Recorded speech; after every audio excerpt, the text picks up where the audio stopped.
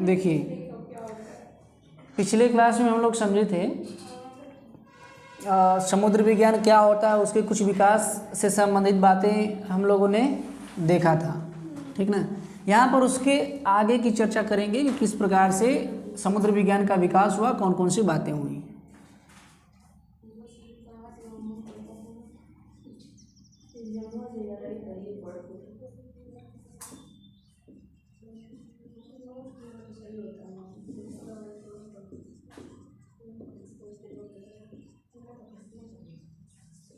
ठीक है, historical background of the development of oceanography.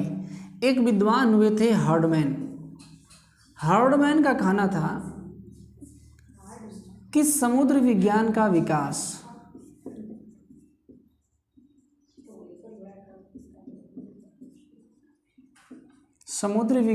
विकास वर्तमान युग में हुआ है।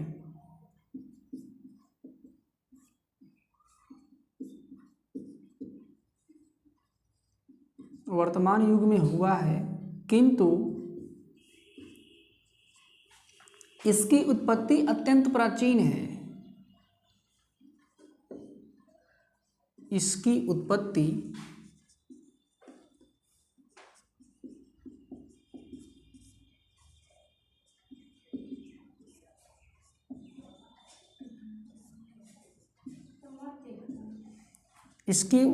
अत्यंत प्राचीन है। समझिए बात को। यहाँ से आगे बढ़ने से पहले हम लोग सारी चीज़ें देखेंगे कि किस काल में समुद्र विज्ञान में क्या क्या बातें हुई, क्या क्या चीज़ें हुई, उन सारी चीज़ों को हम लोग समझेंगे। क्लियर है। सबसे पहले हम बात करेंगे इसके चिरसम्मत काल की। चिरसम्मत काल यानी कि क्लासिकल पीरियड।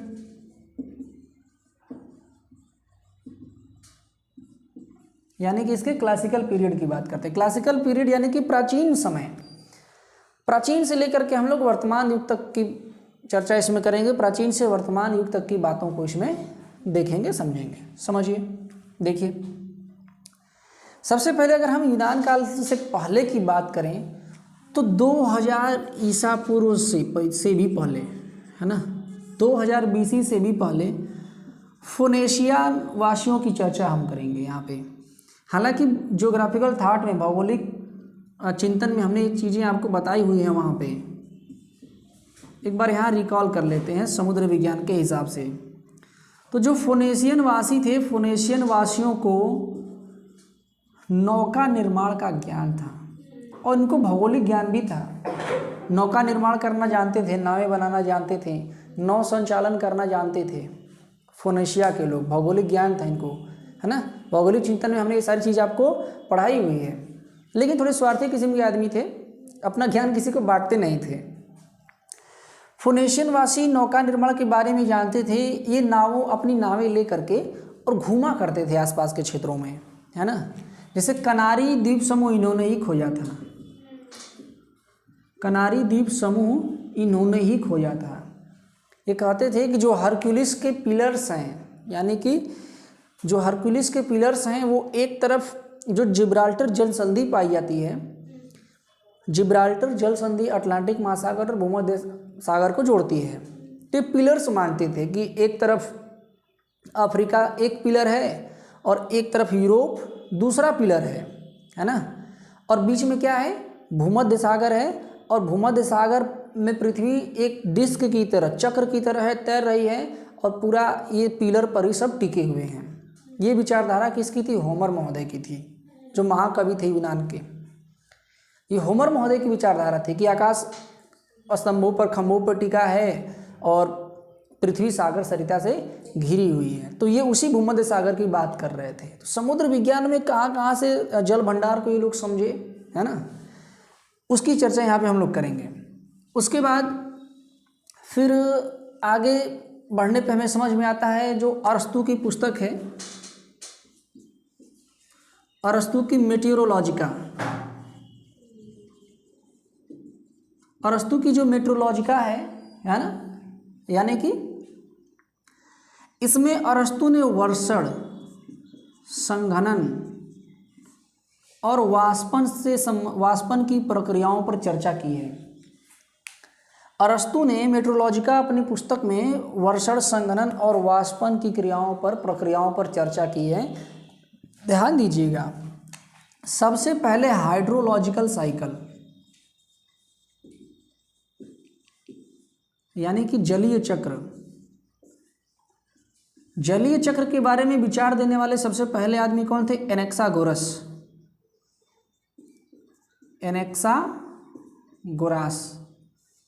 एनेक्सागोरस जलीय चक्र पर विचार देने वाले प्रथम व्यक्ति थे, लेकिन स्पष्ट रूप से जलीय चक्र के बारे में बताया था सेनेका ने कि देखिए जलीय चक्र क्या होता है। भाप बन के पानी वाष्प बन करके उड़ता है, फिर बादल बनता है, फिर वर्षा होती है, फिर पानी बह करके फिर समुद्र में जाता है। तो पूरी तरीके से स्पष्ट रूप से सेनेका ने जलीय चक्र को बताया था, लेकिन विचार सबसे पहले प्रकट कर चुके थे एनेक्सागोरस। दोनों बातों को आपको ध्यान रखना है। लेकिन इनके अलावा अगर बात करें तो अरस्तु पहले ही वाष्पन कैसे होता है, संघनन कैसे होता है, वर्षण कैसे होता है, अपनी पुस्तक मेट्रोलॉजिका में इस बात की चर्चा कर चुके थे। इसके अलावा अगर हम हेरोडोटस की बात करें तो हेरोडोटस ने भी एक मानचित्र बनाया था, और उस मानचित्र में हेरोडोटस ने 3 महासागरों के बारे में बताया था। वो कौन कौन से थे? मेयर अटलांटिका,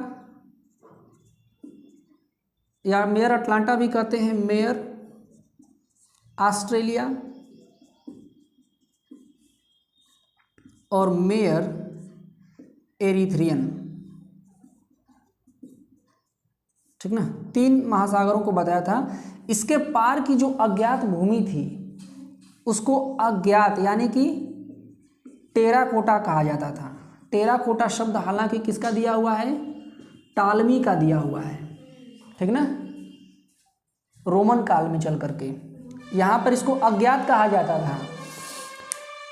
हेरोडोटस ने जब यह मानचित्र बनाया, 3 महासागरों को दिखाया, तो इस 3 महासागरों में ये था कि इस महासागर की बाहरी सीमा को अगर कोई क्रॉस करेगा तो गिर जाएगा, क्योंकि पाताल लोक समझा जाता था ना, अताल गर्त समझा जाता था कि इस महासागर के बाद अताल गर्त है, अगर आप इस सीमा को पार करेंगे, महासागर से आगे जाएंगे तो गिर जाएंगे। तो लोग जाने का प्रयास ही नहीं करते थे, जाने का लोग प्रयास ही नहीं करते थे। क्लियर है? समझिए आगे क्या क्या घटनाएं घटी। इसके बाद टालमी जब यूनान काल आया तो स्ट्रैबो ने भी बहुत महत्वपूर्ण अपना योगदान दिया, ठीक ना।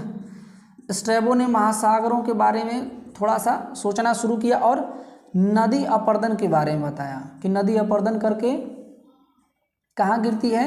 महासागर में गिरती है। ध्यान दीजिएगा, स्ट्रैबो ने नदी अपर्दन के बारे में बताया था ना। ज्योग्राफिकल थॉट में हमने सारा कुछ बताया हुआ है, हम बार बार कह रहे हैं यहाँ पर हम समुद्र विज्ञान के एस्पेक्ट से ही चलेंगे, है ना।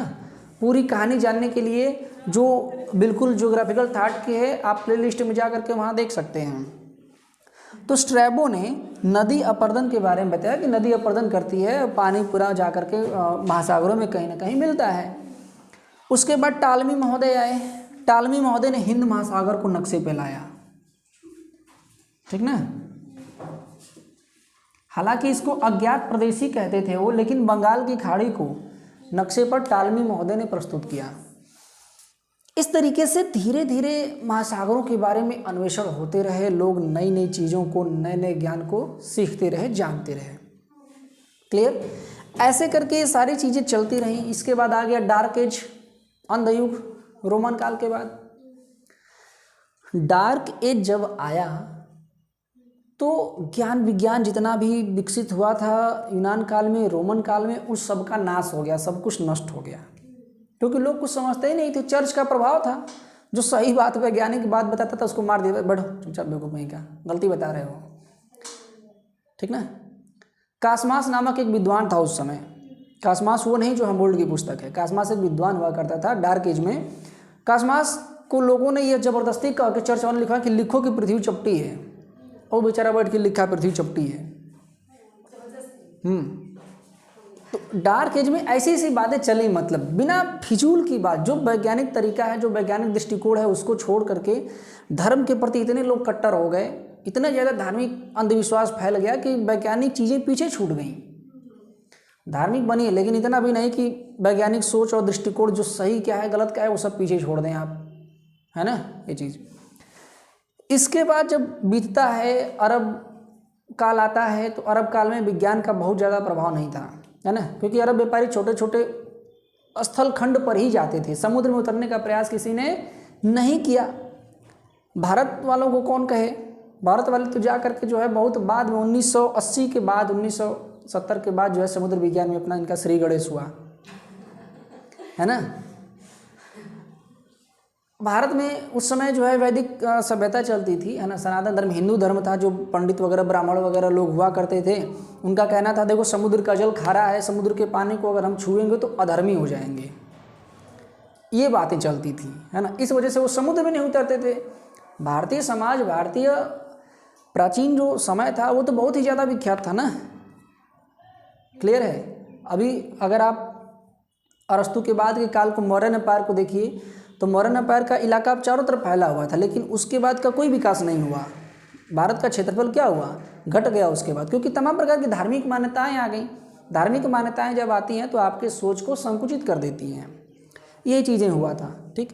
उसके बाद अगर हम चीन की बात करें तो चीन वालों ने बड़ा बढ़िया काम किया था भाई, ठीक ना। चीन का अभियान 1433 में समाप्त हो गया था, लेकिन इससे पहले चीन वालों ने समुद्र के विषय में, महासागरों के विषय में बहुत बढ़िया काम किया।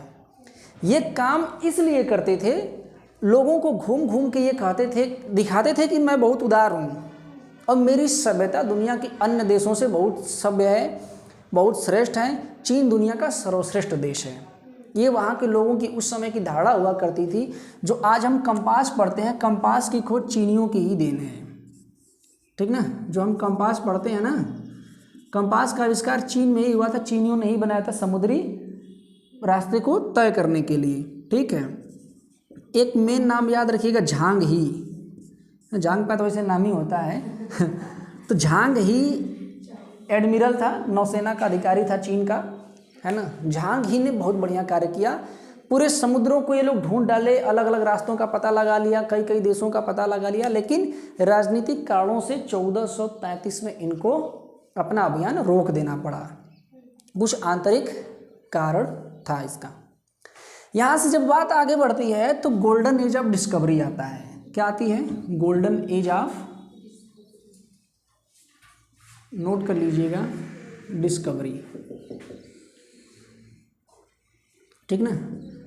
1492 से लेकर के 1522 तक ये जो 30 वर्षों का समय था, समुद्र विज्ञान के क्षेत्र में बड़ा ही स्वर्णिम था।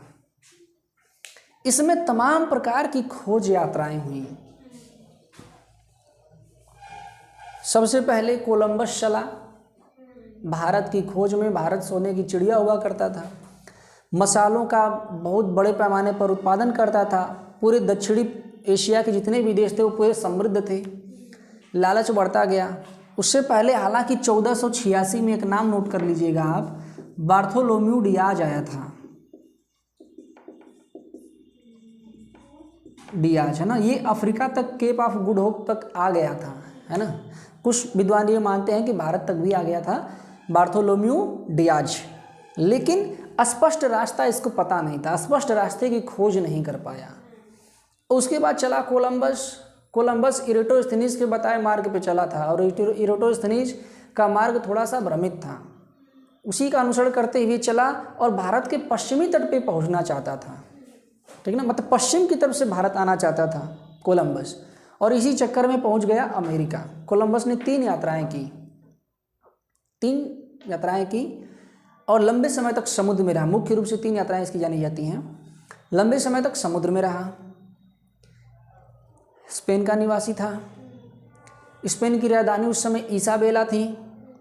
जब ये पहली बार आया तो पहुंचा कैरिबियाई देशों में, कैरिबियाई क्षेत्र में, है ना, जो उत्तरी अमेरिका महाद्वीप और दक्षिणी अमेरिका महाद्वीप है उसके बीच के देशों में पहुंचा। ये उसकी कहानी पूरा कैसे क्या थी, है ना, खोज अभियान में हमने आपको ज्योग्राफिकल थॉट में वो भी पढ़ाया हुआ है। तो आया, यहाँ पे आया तो बहुत कुछ इसको मिला नहीं बेचारे को, ये वापस चला गया।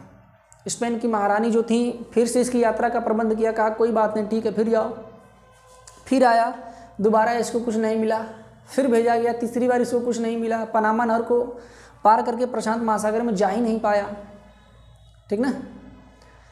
जब ये स्पेन वापस पहुंचा, बूढ़ा हो गया था बेचारा, वापस जब पहुंचा, ठीक है, तो वहाँ पे जब मरा स्पेन में, इसको किसी ने आदर सम्मान दिया ही नहीं, कहा कि तुमने क्या किया, कुछ नहीं किया। तो मरते टाइम ये बोलता है कि जिस स्पेन के लिए मैंने समुद्र में 20 वर्ष बिता दिए, उसने मुझे मरते टाइम एक छत भी नहीं दी। उसका कथन है कोलंबस का। और वास्तव में स्पेन के लिए नई नई जगहों की खोज की थी वो, है ना। देखिए ये जो काल 1492 से 1522 का है ना, ये काल सिर्फ खोज यात्राएं सिर्फ इसलिए होती थी कि उस समय यूरोप के सभी देश आपस में लड़ रहे थे, युद्ध हो रहा था, सब आगे बढ़ना चाहते थे, उद्योग स्थापित करना चाहते थे, तो उनको उपनिवेशों की ज़रूरत थी, कच्चे माल की ज़रूरत थी, फैक्ट्रियों को चलाने के लिए नई नई चीज़ों की जरूरत थी, पैसे की जरूरत थी, धन की ज़रूरत थी। तो सोना चांदी आदि के लालच में ये खोज यात्राएं हुई थी, जितनी भी खोज यात्राएं इनके बीच में हुई थी। वास्को डी गामा भी भारत इसीलिए आया था, ठीक है।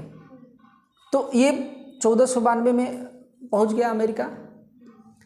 वहाँ पहुँचने के बाद फिर अब कोलंबस चला तो 1498 में कहाँ पहुँचा, वो सॉरी वास्को डी गामा कहाँ पहुँचा, भारत पहुँचा, ठीक है।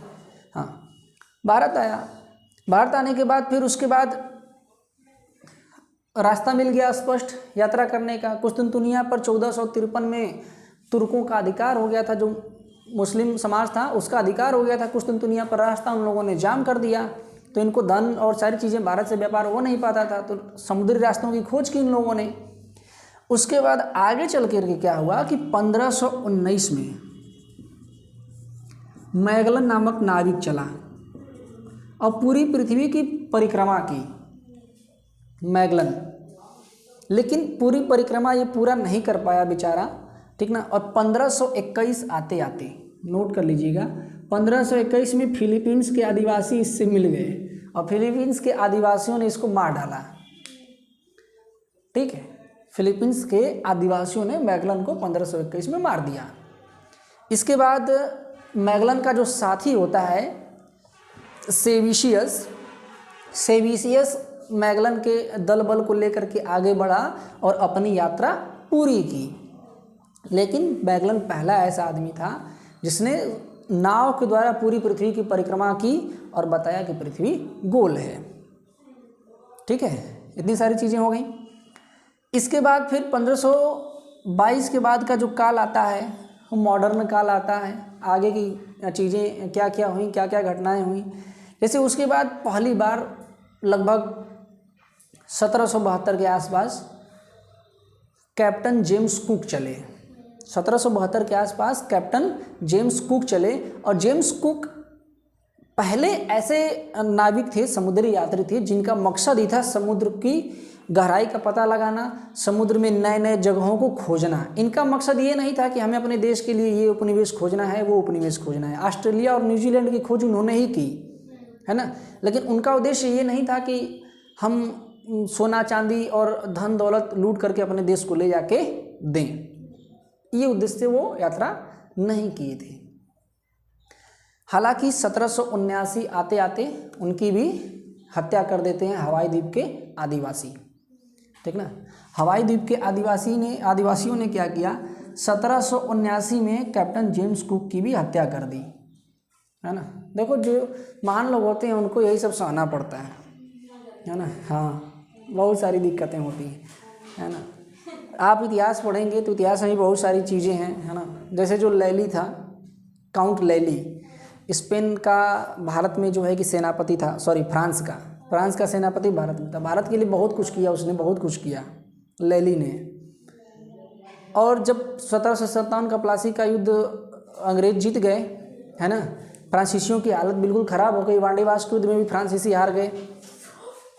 अंग्रेज़ों ने क्या किया, पांडिचेरी से लैली को बंदी बना लिया। अंग्रेज़ों ने लैली को पांडिचेरी से बंदी बना लिया और पांडिचेरी से बंदी बना करके उसको फ्रांस भेज दिया। फ्रांस में गया, उस पर देशद्रोह का मुकदमा चला दिए सब, और फ्रांस में देशद्रोह का मुकदमा उस पर चला दिए और बेचारे को फांसी चढ़ा दिए। वो लैली जो जीवन भर फ्रांस के लिए कार्यरत रहा, पूरा जीवन लगा दिया फ्रांस के लिए, भारत में लड़ाइयाँ लड़ी, अंग्रेज़ों से नए नए किले छीनने का प्रयास किया, लेकिन उसको फ्रांस में ले जाके वापस देशद्रोह का मुकदमा चढ़ा के फांसी लगा दिए। तो जितना आप जिसके लिए करेंगे, इतिहास गवाह है, ये सत्य है कि वो आपको कुछ समझेगा नहीं। ठीक ना, ये चीज़ चलिए। तो हाँ, ये चीज़ होती है ऐसे, है ना। अब देखिए जितने भी कहानियाँ मैं बता रहा हूँ सब में यही चीज़ है ना। अब कोलंबस का देख लीजिए, जिन जीवन भर स्पेन के लिए उसने कार्य किया और मरा, तो फिर उसको कोई पूछने वाला नहीं था स्पेन में। भाई मेहनत तो किया ना, कुछ नहीं तो नई जगह तो खोज के आपको दी ना, समझ रहे कि नहीं ये चीज़।